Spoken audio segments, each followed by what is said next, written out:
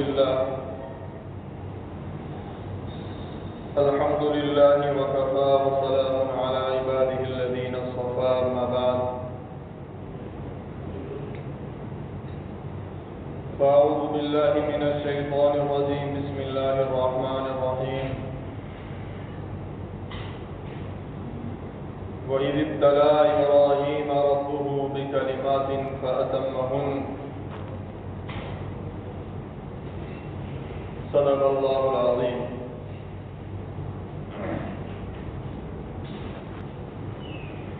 میرے محترم دینی بھائیوں، دوستوں، بزرگوں،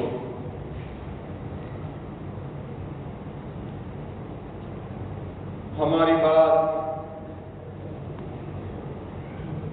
حضرت ابراہیم علیہ السلام کی امتحان و آزمائش والی زندگی کے اوپر چل رہی ہے۔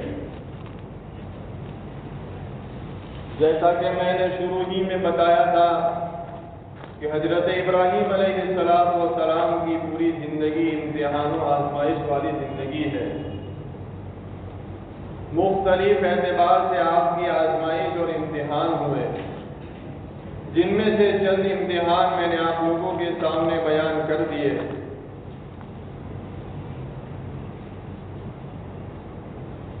ان امتحانات میں سے ایک امتحان حضرت ابراہیم علیہ السلام کا یہ ہوا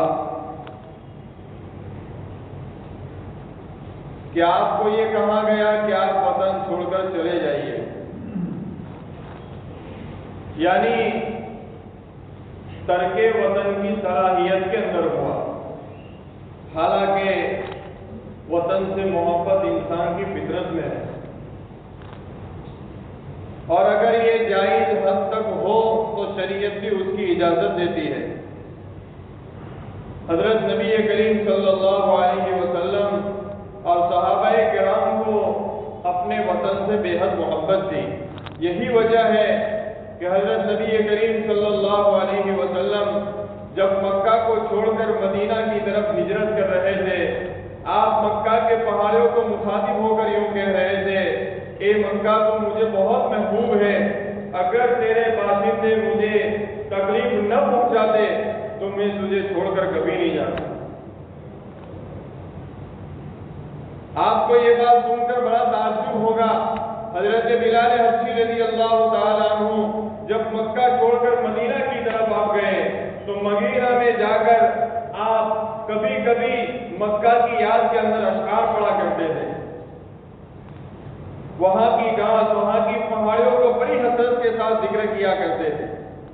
تو وطن سے محبت یہ انسان کی فطرت میں ہے۔ حضرت ابراہیم علیہ السلام بھی یہ چاہتے تھے کہ وطن میں رہ کر دعوت و تبلیغ کا فریضہ انجام دیا جائے،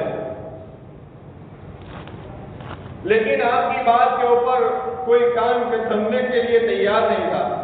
حضرت سارہ اور برادر زادہ حضرت لوط علیہ السلام کے علاوہ کوئی ایک فرد بھی آپ کے اوپر ایمان نہیں لایا۔ حضرت ابراہیم علیہ السلام نے فرمایا وقال انی ذاہب الی ربی سیہدین، ان قریب میں اس ملک کو چھوڑ کر چلا جاؤں گا اور اس جگہ کے اوپر جا کر میں دعوت و تبلیغ کا فریضہ انجام دوں گا جہاں لوگ میری بات کو تسلیم کریں، لوگ خدا کی بات کو کان لگا کر سنیں۔ بہرحال آپ قوم سے، باپ سے جدا ہو کر آپ وہاں سے روانہ ہوئے۔ روانہ ہوتے ہوتے آپ مصر میں پہنچے۔ مصر میں جو اس وقت مصر کا جو بادشاہ تھا وہ بڑا ظالم اور جابر بادشاہ تھا۔ ساتھ میں حضرت سارہ ہے، آپ کی بیوی، جوان ہے، خوبصورت ہے، اور مصر کا بادشاہ بڑا ظالم تھا، وہ نوجوان اور خوبصورت عورتوں کے ساتھ مستی کیا کرتا تھا، ان کے ساتھ پوری حرکتیں کیا کرتا تھا۔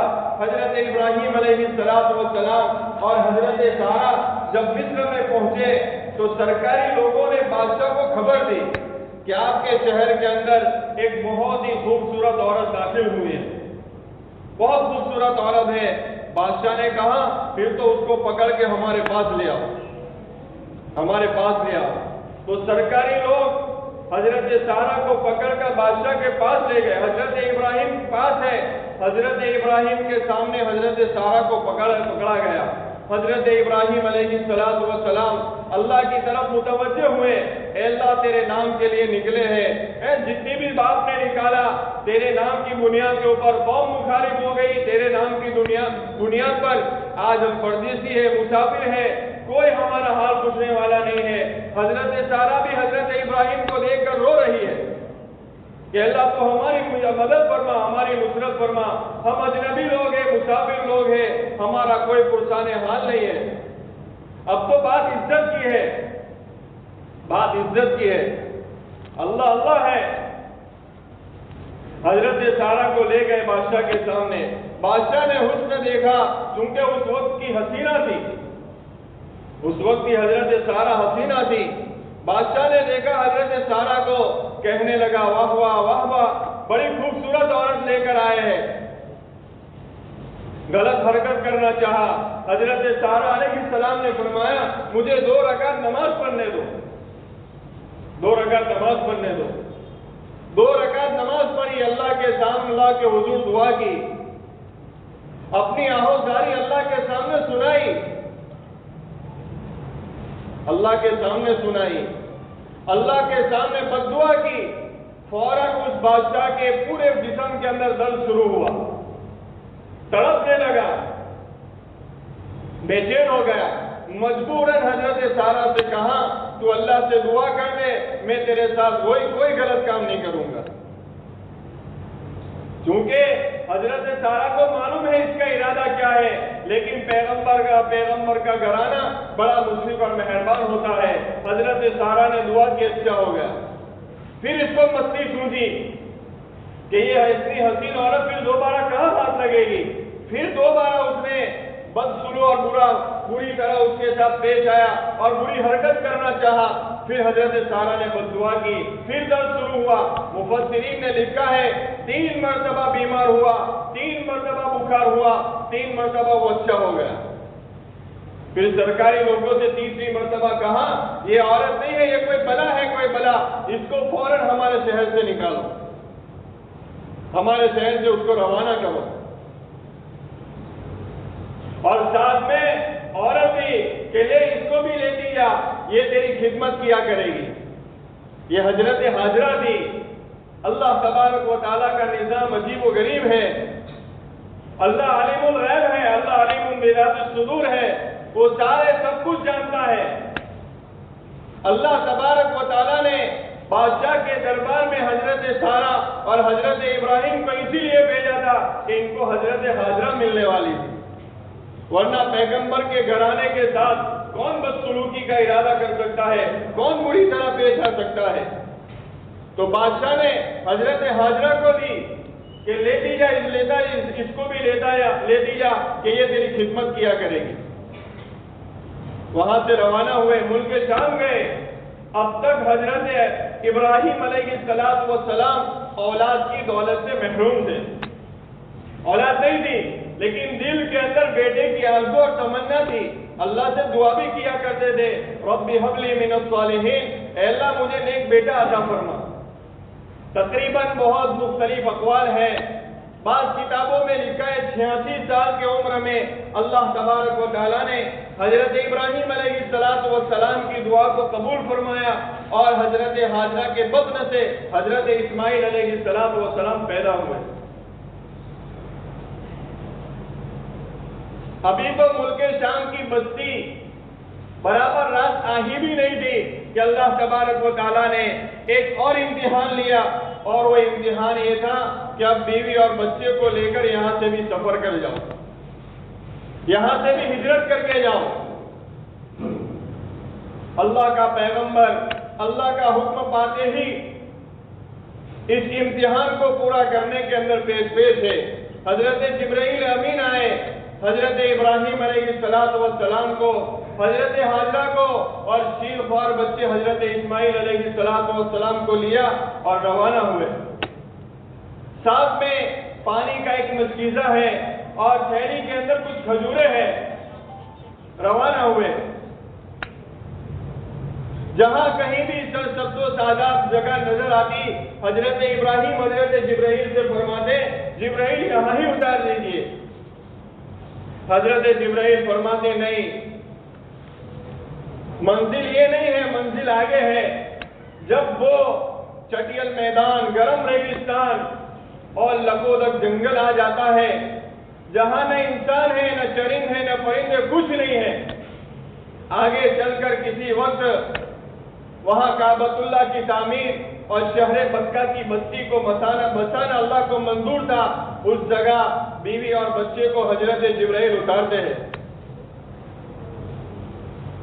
حضرت ابراہیم اپنی فیملی کے ساتھ وہ گزارتے ہیں، لیکن امتحان یہاں پر بھی ختم نہیں ہوتا۔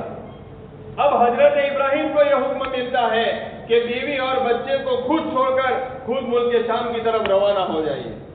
اللہ کا پیغمبر اللہ کا حکم پاتے ہی فوراً اللہ کے حکم کو پورا کرنے کے لیے تیار ہو جاتا ہے، اور بیوی اور بچے کو اسی لکودک جنگل کے اندر چھوڑ کر ملک شام کی طرف روانہ ہونے لگتے ہیں۔ حضرت ہاجرہ جب آپ کو جاتا ہوا دیکھتی ہے تو پکارتی ہے، اے اللہ کے پیغمبر، اے ابراہیم، اس چٹیل میدان کے اندر، اس لکودک جنگل کے اندر ہمیں چھوڑ کر کہاں جا رہے ہو؟ لیکن حضرت ابراہیم کو یہ حکم نہیں ہے اللہ کی طرف سے کہ کم سے کم اپنی بیوی کو خدا حافظ کہہ دے۔ اللہ کے حکم کے بغیر پیغمبر اپنی بیوی سے بھی بات نہیں کرتا۔ لیکن وہ حضرت ہاجرہ تھی، پیغمبر کی بیوی تھی اور بننے والے پیغمبر کی ماں تھی، سمجھ جاتی ہے، کہتی ہے کیا آپ کو اللہ کا کوئی حکم ملا ہے؟ حضرت ابراہیم اپنا سر ہلاتے ہیں۔ حضرت ہاجرہ جب سمجھ جاتی ہے کہ اللہ کی طرف سے یہ حکم ہے تو کہتی ہے کہ جائیے، جس مالک نے آپ کو چلے جانے کا حکم دیا ہے وہ مالک ہم کو اس لکودک جنگل کے اندر بھی ضائع نہیں کرے گا، ضائع نہیں کرے گا۔ حضرت ابراہیم روانہ ہوتے ہیں۔ جب روانہ ہو کر اس جگہ تک پہنچ گئے جہاں بیوی اور بچے اپنی آنکھوں سے اوجھل ہو گئے، اس وقت حضرت ابراہیم علیہ السلام اللہ کی بارگاہ میں دعا مانگتے ہیں، جس کو قرآن پاک میں ذکر کی ہے، ربنا انی اسکنت من ذریتی بواد غیر ذی زرع عند بیتک المحرم ربنا لیقیموا الصلاة فاجعل أفئدة من الناس تهوی الیہم وارزقهم من الثمرات لعلهم یشکرون، جس کو حافظ جالندھری نے شعر کے اندر اس طرح پرویا ہے، سحر کے وقت ابراہیم نے اٹھ کر دعا مانگی، سحر کے وقت ابراہیم نے اٹھ کر دعا مانگی، سکون قلب مانگا، کوئی تسلیم و رضا مانگی کہ مالک عمل کو تابع ارشاد کرتا ہوں، میں بیوی اور بچے کو یہاں آباد کرتا ہوں، اسی سنسار وادی میں انہیں روزی کا ساما دے، اسی سنسار وادی میں انہیں روزی کا ساما دے، اسی بے بر کو باری کو شان صد بہارا دے، الہی نسل اسماعیل بڑھ کر ایک قوم ہو جاوے، یہ قوم ایک روز پابند صلاۃ و صوم ہو جاوے۔ حضرت ابراہیم علیہ السلام نے دعا مانگی، اللہ تبارک و تعالی قربانی اور ایثار دینے، قربانی اور ایثار کرنے والوں کی دعائیں ضرور قبول فرماتا ہے۔ اللہ تبارک و تعالی نے حضرت ابراہیم علیہ السلام کی اس دعا کو قبول فرمایا، لیکن بڑی قربانی اور بڑے ایثار کے بعد یوں تو اللہ تبارک و تعالی ہر ایک کی دعا کو قبول فرماتا ہے، لیکن جو قربانی دیتا ہے، جو ایثار کرتا ہے، اللہ ان کی دعاؤں کو جلدی قبول فرماتے ہیں۔ اب حضرت ہاجرہ اپنے معصوم سے بچے کو لے کر وہاں وقت گزارتی ہے، مشکیزے میں پانی ہے، پانی پیتی رہتی ہے، کھجوریں کھاتی رہتی ہے، دودھ آتا ہے بچے کو پلاتی رہتی ہے، لیکن وہ وقت بھی آتا ہے کہ پانی ختم ہو جاتا ہے، کھجوریں ختم ہو جاتی ہے، بچہ حضرت اسماعیل بھوک سے بلبلاتا ہے، ممتا ماں بچے کی بھوک و پیاس کی کلملاہٹ کو کیسے برداشت کر سکتی ہے، بے چین ہو جاتی ہے، پریشان ہو جاتی ہے، حضرت اسماعیل کو چھوڑ کر دور جا کر بیٹھ جاتی ہے، لیکن وہاں کہاں سکون آتا، وہاں سکون نہیں آتا، اور کیسے آتا؟ ماں تھی، اور ماں تو ماں ہوتی ہے نا، ماں کے جذبات تو ایک ماں ہی سمجھ سکتی ہے، میں اور آپ ممتا کے جذبات کو کبھی سمجھ ہی نہیں سکتے۔ یہ الگ بات ہے کہ آج کی اس گندی سوسائٹی نے، یورپ کی تکلیف نے ہماری ماؤں کے سینوں سے ممتا کی حسین اور بے مثال جذبات کو چھین لیے، کہ آج کے اس دور کی عورتوں کو محفلوں کے اندر اور سوسائٹیوں کے اندر وہ مزہ آتا ہے جو اپنے بچوں کی پرورش کے اندر اور اس کی ممتا کے اندر ان کو وہ مزہ نہیں آتا۔ تو حضرت ہاجرہ تڑپ جاتی ہے، بے چین ہو جاتی ہے، کیا کرے؟ کبھی صفا کے پہاڑ کے اوپر دوڑتی ہے کہ کہیں پانی نظر آ جاوے، کچھ انسان نظر آ جاوے جس سے پانی طلب کرے، لیکن صفا کی دھوپ دوڑنے کے بعد مایوس ہو کر پھر بچے کے پاس آتی ہے، پھر مروہ کی طرف دوڑتی ہے، 7 مرتبہ یوں ہی چکر لگاتی رہتی ہے، لیکن کوئی کچھ نظر نہیں آتا۔ یہ 7 مرتبہ کی دوڑ و دھوپ اللہ تبارک و تعالیٰ کو حضرت ہاجرہ کی اتنی پسند آئی، اللہ تبارک و تعالیٰ نے حج کرنے والے اور عمرہ کرنے والے کے لیے اس کو واجب قرار دیا کہ اگر حاجی صفا اور مروہ کے درمیان صحیح نہیں کرے گا اس کا حج نہیں۔ اور اسی کیفیت، جس کیفیت کے ساتھ حضرت ہاجرہ نے دوڑ لگائی ہے، جہاں وہ دوڑی ہے وہاں دوڑ کر جانا ہے، جہاں وہ چلی ہے وہاں چل کر جانا ہے۔ اللہ کو یہ ادا اتنی پسند آئی، اس لیے آج جتنے بھی حاجی جاتے ہیں عمرہ کرنے کے لیے، حج کرنے کے لیے جاتے ہیں، ہر ایک آدمی صفا مروہ کی صحیح کرتا ہے۔ یہ حضرت ہاجرہ کی یادگار ہے۔